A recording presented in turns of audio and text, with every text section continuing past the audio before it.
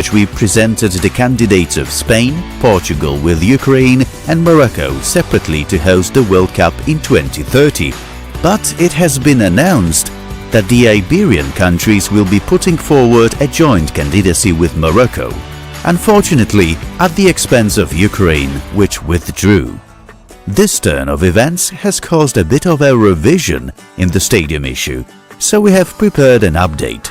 With the addition of Morocco, the number of arenas in Spain has been reduced and the stadium landscape has been transformed.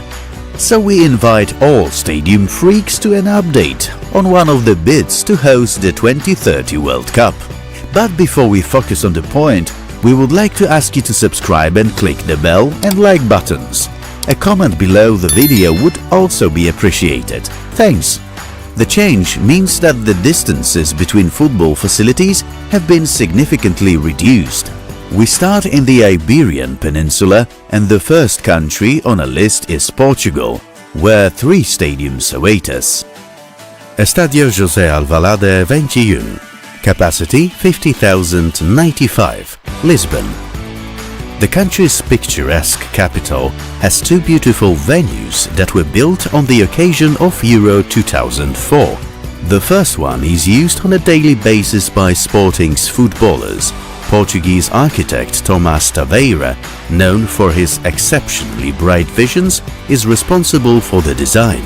In addition to the impressive size of the 2-tier auditorium, the arena has extensive facilities underneath the stands. Estadio da Luz, capacity 64,642, Lisbon. The other stadium from the Portuguese capital hosts none other than Sporting's arch-rival Benfica. The locals call the stadium A Catedra, and it is hard to deny that, as the arena is truly monumental.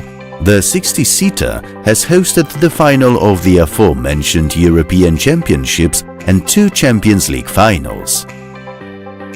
Estadio do Dragão, capacity 50,033, Porto.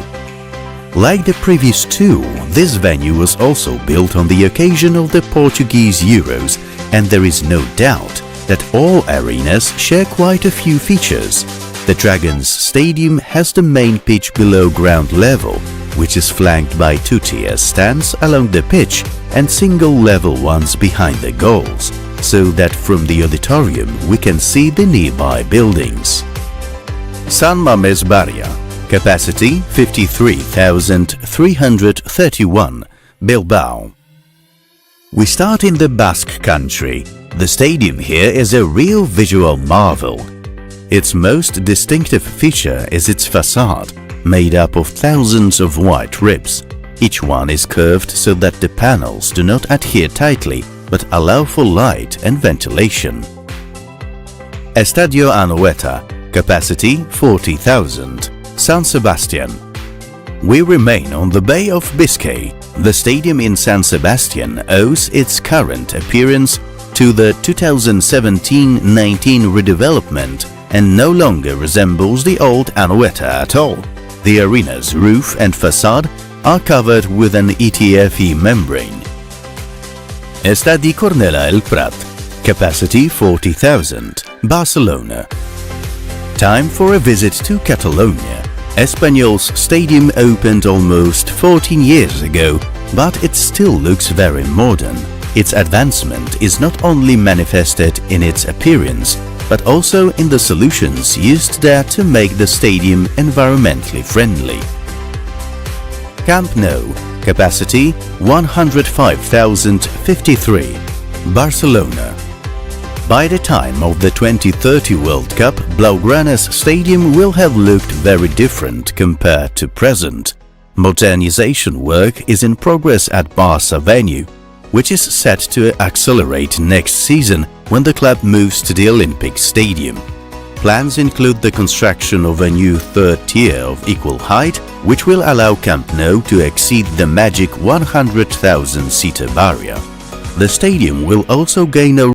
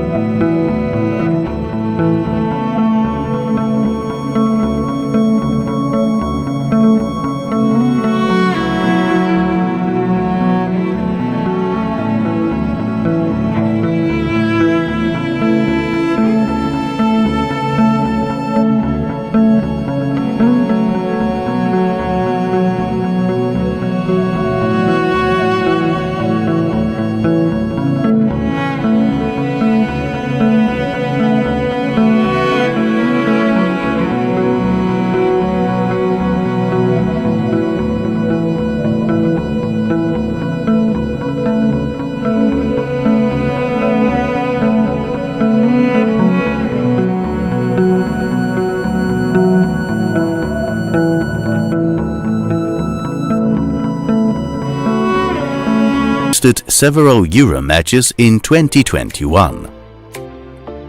Again, we encourage you to like this material and leave a comment.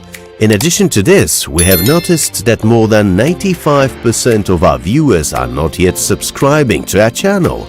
It only takes a moment and is free of charge, but it would help us a lot. We appreciate it. Crossing Gibraltar and landing in Africa, where in Morocco another 7 venues are waiting to be discovered. Adrar Stadium, capacity 46,048, Agadir.